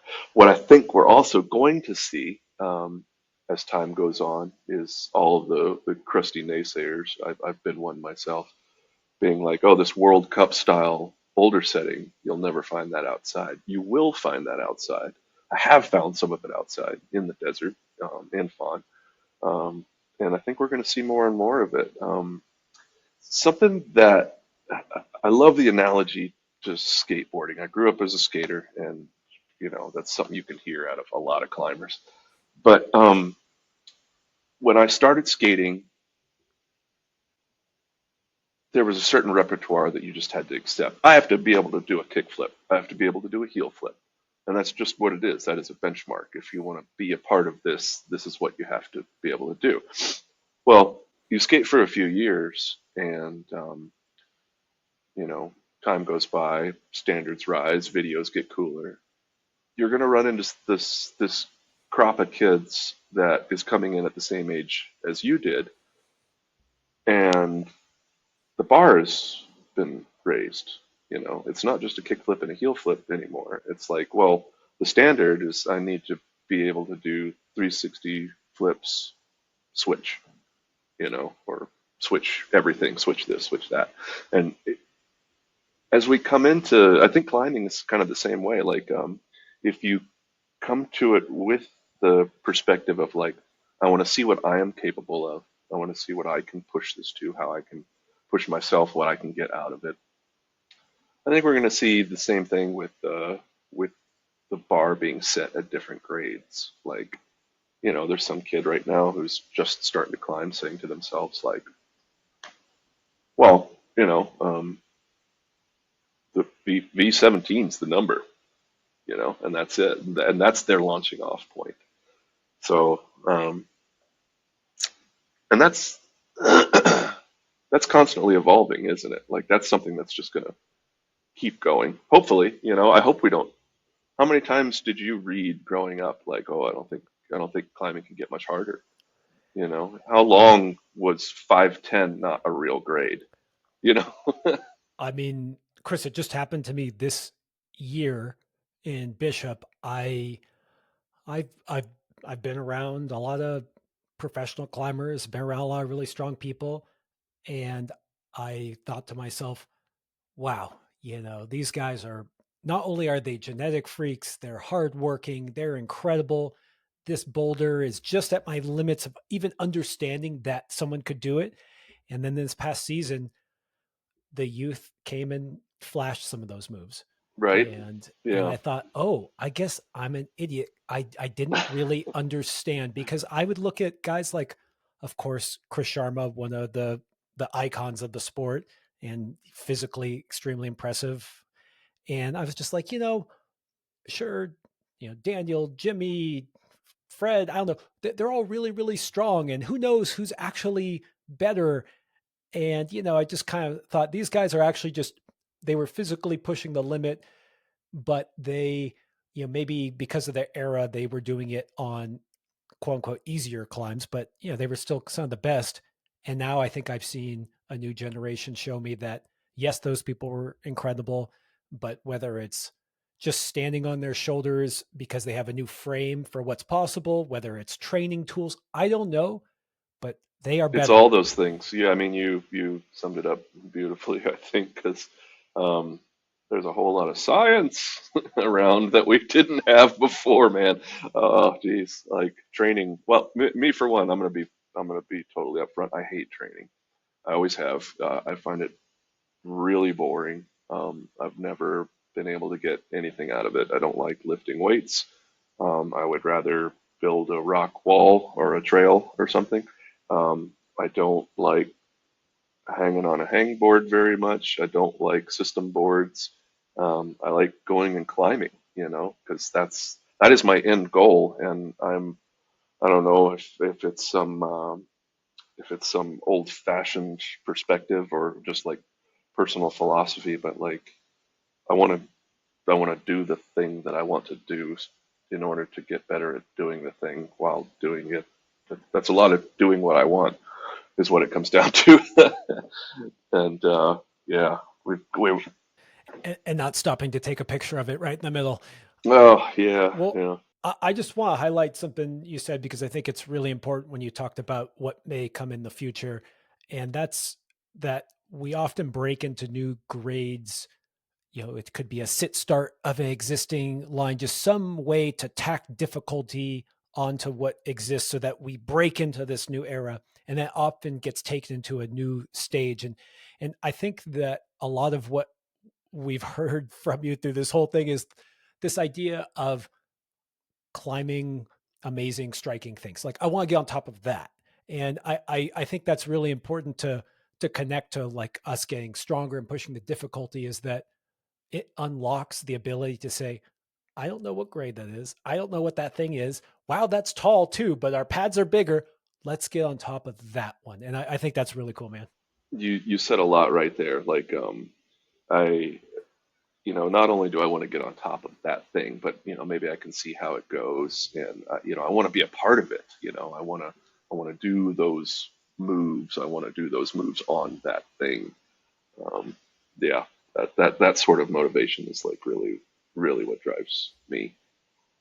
And new stuff, man, I love new stuff more than yeah. That's a huge motivator, and I love it because no one has told me a number, so my brain doesn't tell me, well, here's how hard you're supposed to be trying. You're supposed to be trying, V12 hard or V9 hard or V11, V7 hard. If I don't know, then I just try hard.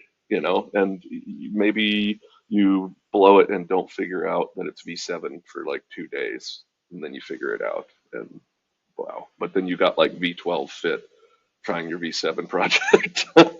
Or maybe it is hard and you tried as hard as you could and you did really well. And you're like, word, that was an amazing V11. And then you bring someone else out to it, like who has, say, flashed V13 and been in the Olympics, and they have a little bit of a temper tantrum on it. And you're like, oh, well, maybe it's not V11. It's as hard as it is. I want to ask if you have any tips of letting go of that baggage. I will use that word baggage because I am so guilty of walking up to something and it could be easy for me. And I'm like, oh, I'm just going to do it. And I get my ass kicked. Or it can be hard. And then, or even worse, this happens to me all the time. I'll see someone struggle on a move and then I will struggle on the move. And then they like walk away and I do the move easily. I realize Oh, that I was yeah. sabotaging myself. Any tricks around that other than just going to new climbs that no one's ever touched? Uh, Not really. I like you mentioned, I love climbing by myself, and there's a number of reasons for that. I've been such a Puritan about it before, where like I've been in a setting with like good friends, and I'm trying hard, or maybe not even the best of friends, but just like out in the crowd at the crag, and like somebody's like, "Yeah, come on," and like I can feel that difference in someone else wanting me to achieve the thing or to do the thing.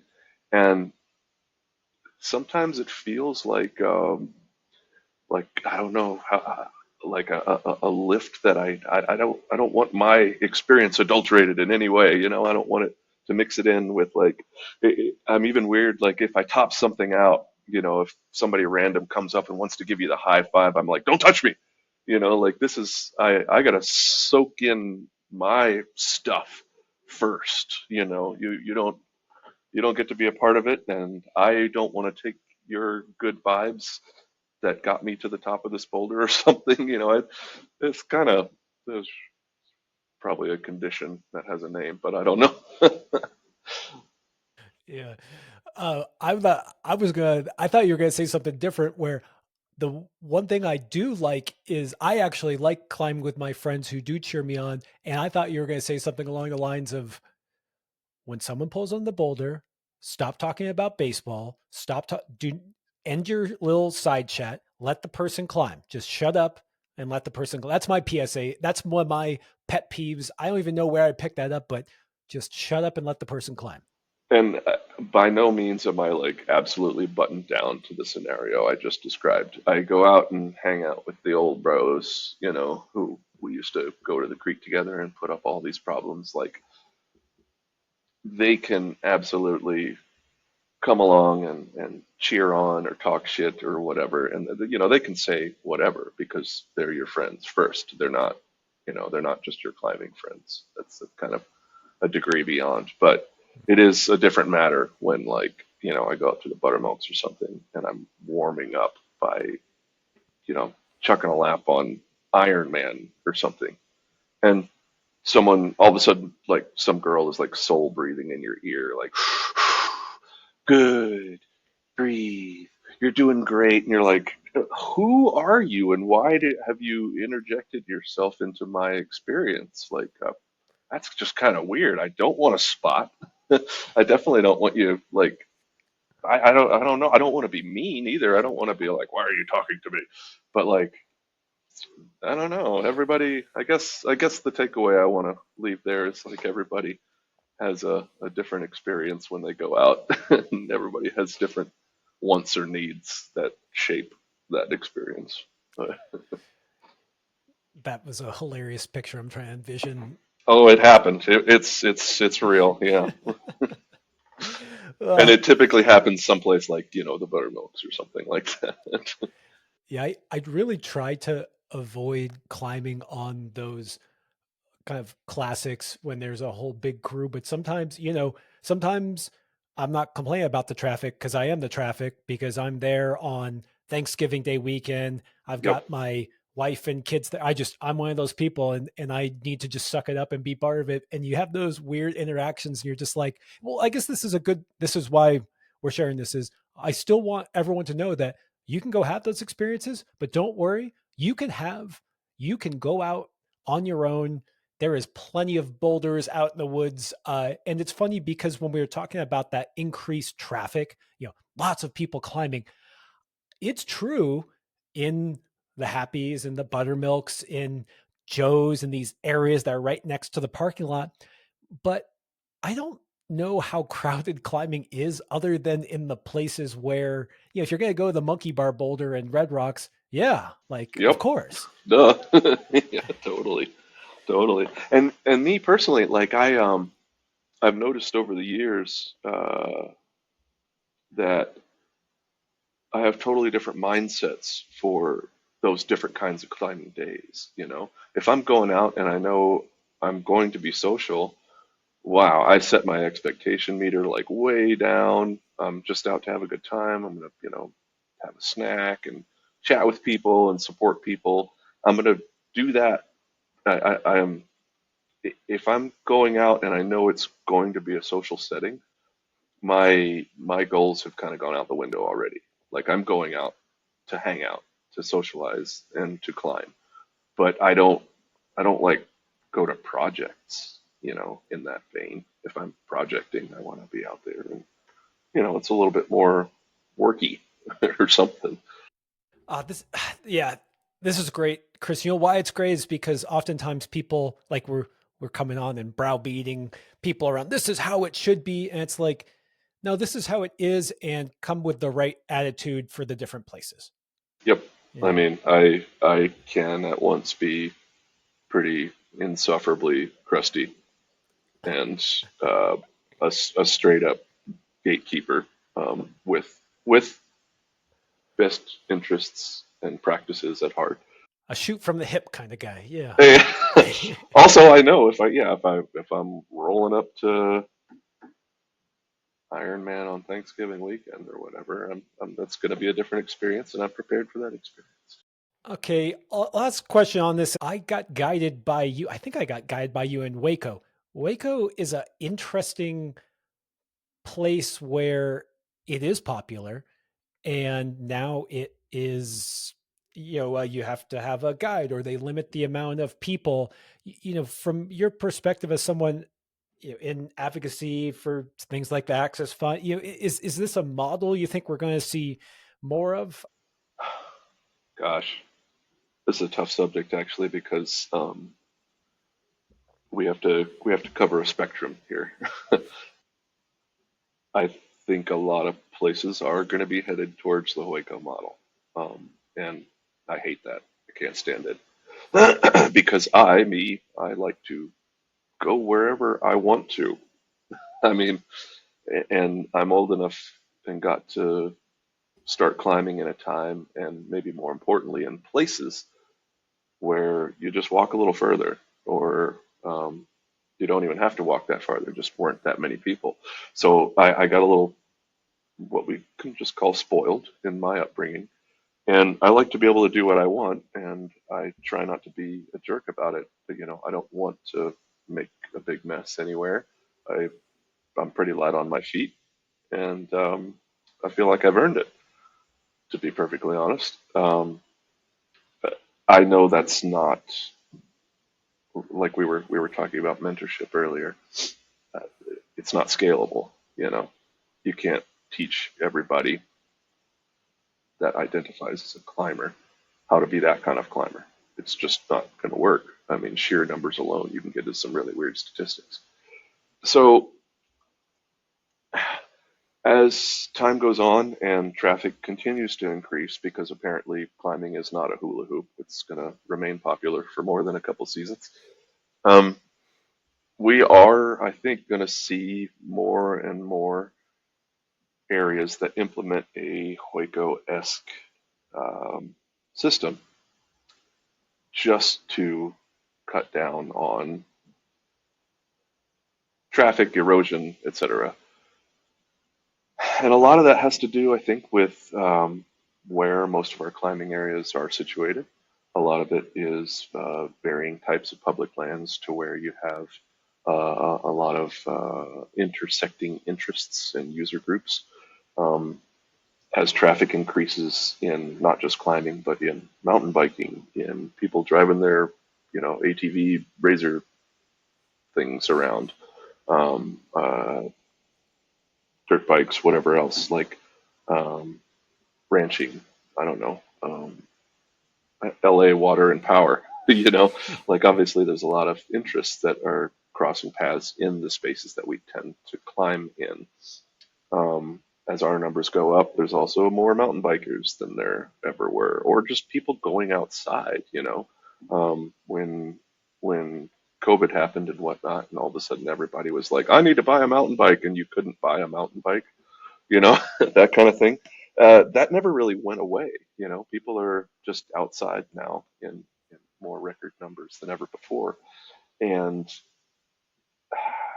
without the facilities, without the educational system that we can scale to meet the new requirements, basically human nature just says, well, we need to throttle it. We need to put some more regulations on it, and build a parking lot and maybe charge a fee to get in there and make some reservations and send a guide with you to make sure that you're, not chalking up the pictographs and, you know, pooping in the grinding holes and all that other stuff. Like, um, I think it's what's going to happen because if nothing else, what are we? There's 8 billion people on the planet now. When my dad was born, there were 3 billion people on the planet. Like that's just what's going to happen. All we can really do is, I think, be our best at trying to become the mentor that we wish we had, that we wish we could see out there.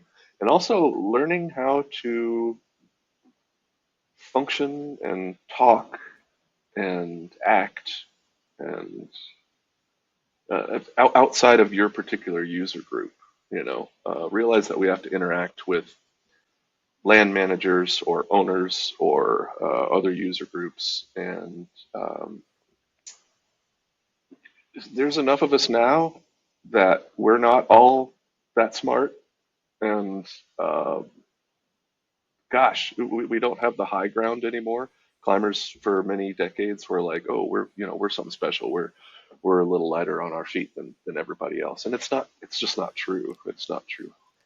Yeah, I I agree with you, but I hate to hear that specific thing because it's probably me being an elitist, but I always had this thing about climbing where you see people go to Moab. I don't know, pick your area, and they get their picture taken in front of a rock, in front of a whatever it may be, and there's this experience. You mentioned it, the movement. There's something about adjusting yourself to nature itself and being part of it in this visceral way where you're like, I'm climbing up, I'm you know morphing myself to the nature. I feel like I'm part of it. I feel like you have these deep experiences that you get more than just walking out. I mean, walking out, going on a hike is great, but maybe if you're out there and you were fishing for your food and you lived there for 2 weeks, maybe then it's a little more similar. But I just feel like climbers have this deep connection with the actual physical nature themselves. And so I do feel like we hold something special, but now there's so many of us. And I just don't know if, like you said, it doesn't quite scale. And actually, I'll say one more thing where I hated the thing of Hueco, of the of the gatekeeping, and like the truth is you guided the crew I was with because we knew you and they knew us, and it was kind of like there's this kind of ability to get past some of the regulations and make it easier to get out there, which is not really fair or scalable. But I also love the idea of there being money to pick up trash because I think I leave no trace, and then it's like, oh hey Josh, that tape fell off your finger. You didn't see it. You have more externalities and impact than you realize, even when you think you're perfect. And so I just don't. Yeah, I don't know. I don't have a good answer here. Anyways, just me thinking out loud. Uh, uh, yeah, I don't know if there is a great answer other than all we can do is try to keep our corners clean and be the person that we wish we were at a different time, or even right now. Be the mentor that you wish that you had. I will say a point of accuracy. I did not guide you in Waco. I was never allowed to become a guide. I I I wish I could remember because I did. I shot that video of you on French Tickler, Yeah. and you were so smooth with it. I think that yeah, you still have the video out there, and I think I'm like, damn, that was great. That was just perfect, But the guiding thing, I applied for guide training so many times, and for years and years they tell you like, well, it's random. They just pick the numbers out, and it's random. It wasn't random. It wasn't random for many years. Basically, who was in charge at the time for those years just kept seeing my name and was like, what am I going to do? Make another guide out of this crew that only takes each other out? Like, they never do any volley tours. They hardly ever do any commercial tours. When they do, they just take each other out for a buck or something like that. So, but apparently now that has stopped and it is actually random. So, yeah, I think I got a little blacklisted due to some activities in the park or surrounding the park. I'm not Yeah. sure. Well, that's good because when you were theoretically, you weren't guiding me because you were also climbing with me on some stuff, and I remember that's a big no-no. I believe it's probably Jackie was the guide at the time. I want to say she may have had her her ability. Who I can't That remember, but that might be right. Yeah, yeah. yeah. Oh yeah. Well, that was kind of the thing, though, is everybody guides everybody else, and nothing ever gets done. I think they just got tired of it. Yeah, yeah. Well, if again, this is probably fodder for another podcast, so we'll save it. But boy, the history of Waco would be a good one. That that someday I can't. I'd love to hear more about Waco, but There's so much you can say there, and I wish I climbed. I wish it was as formative an area for me as, like, say, Font was or something like that. But the basic fact is I've never been a very good climber in Waco. I just can't climb near my limit in Waco. I've done some stuff there, but like it kind of kicks my teeth in, and I've never really been particularly good at it. So it's an interesting one. I love that different areas have these different styles. And when you talked about going to Joe's Valley, and I was thinking about you in the desert, not far away, and what the vibe is like with this big open landscape and oranges and reds, and then you drive up to Joe's Valley. And for me, Joe's Valley has always felt a bit ominous, a little I dark. totally agree with this. I don't know Mm. what the vibe is there, but like I don't know. There's something going on in Joe's Valley. You go across the creek or whatever. There's pictographs, petroglyphs, dwellings or something like that. I go to Joe's and I'm like, here I am, canyons, water. There's deer everywhere, and there's like no remnants of people wanting to live here. And also just kind of this vibe that I never quite. I don't know. It feels like something's flowing out of it, rather than coming in. I don't know what it is, but yeah, something about it. I'm glad I'm not the only one. And the I'm glad first to hear you say it. at the first time I was out there, there really wasn't a soul out there either, and it just yeah, felt a little strange to camp there. So, okay, Chris, you've been climbing for 30 years. You've climbed in some of the best places in the world, and I just want to ask you, Chris, what do you think it takes to go from good to great? Oh, sacrifice 100%. Something that always kind of like set me wrong over the years is like you meet somebody, you chat with somebody, and they'll say, "Oh, you're so lucky to be able to do that." I've got this career, house payment, kids to take care of, and I'm like, well, lucky isn't really the right word. I didn't like guess the right number of jelly beans in a jar at the gas station. I slept in a van in a Walmart parking lot a lot. I lifted a lot of rocks and planted a lot of trees over the years so I could leave for 3 months every winter and go climb. I worked 10-hour days lifting rocks and running machinery, and then climbed for 4 hours in the evening until it got dark. And yeah, I mean, I did this because I didn't have any money for any kind of distractions. So this filled my time. It was a real motivator for me, and something to do, keep busy, and I enjoyed it, you know. But yeah, sacrifice, and you have to be able to weigh that. You have to be able to decide whether you want to weigh um, becoming a much better climber against like uh, life goals, really. Because I mean, you're talking about investing the amounts of time that can affect you on a scale of multiple decades. You know, kudos to the people that are like, yeah, I climb V11 jillion and I have two PhDs. Like that's awesome. um, yeah, but sacrifice, I think, is really important. Desire. You got to really be able to push yourself, and you have to know that there is going to be some sacrifice involved. Yeah, that's heavy, but something that is kind of interesting. I don't know if you may not realize this is so there's sacrifice, but then there's having something you're willing to sacrifice for. And that's that desire component. Because I remember coming out of college, working in working in finance kind of stuff and working my butt off. And, you sit around, have a beer, maybe two, maybe three after work every day with your friends. And they're like, man, I am not happy. I am miserable.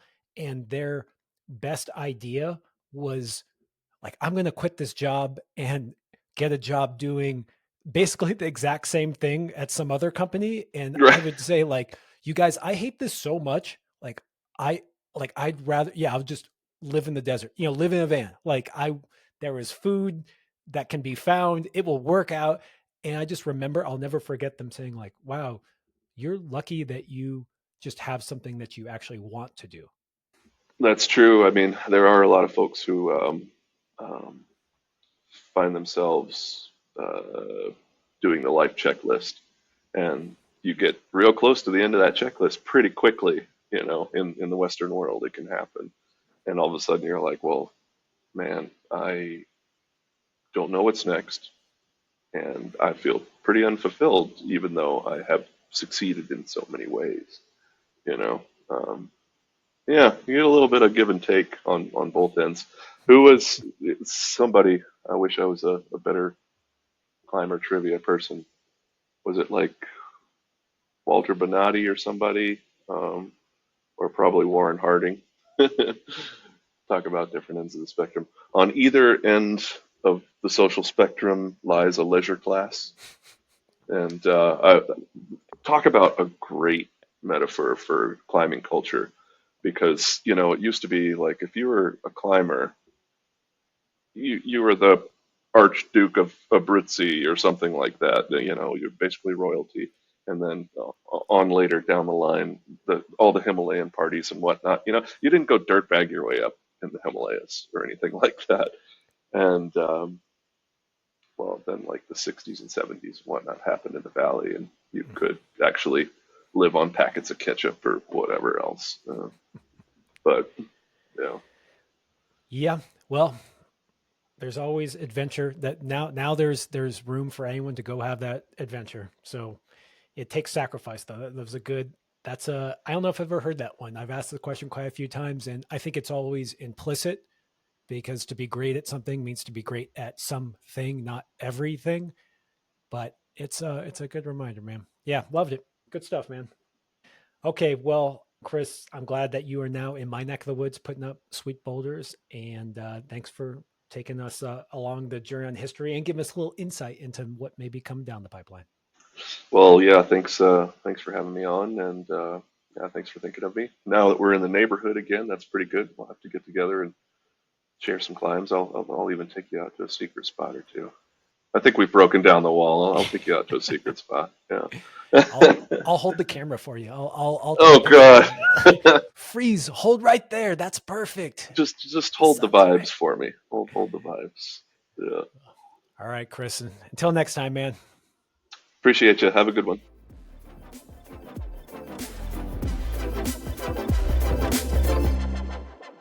Thanks for tuning in. If you'd like even more content, go to patreon.com/testpiece. And while you're at it, share this podcast with someone you know who would love it. And please leave us a review or rating at wherever you get your podcasts. We've also got tons of great content on YouTube and Instagram, so don't forget to like and subscribe there. Okay, see you next week.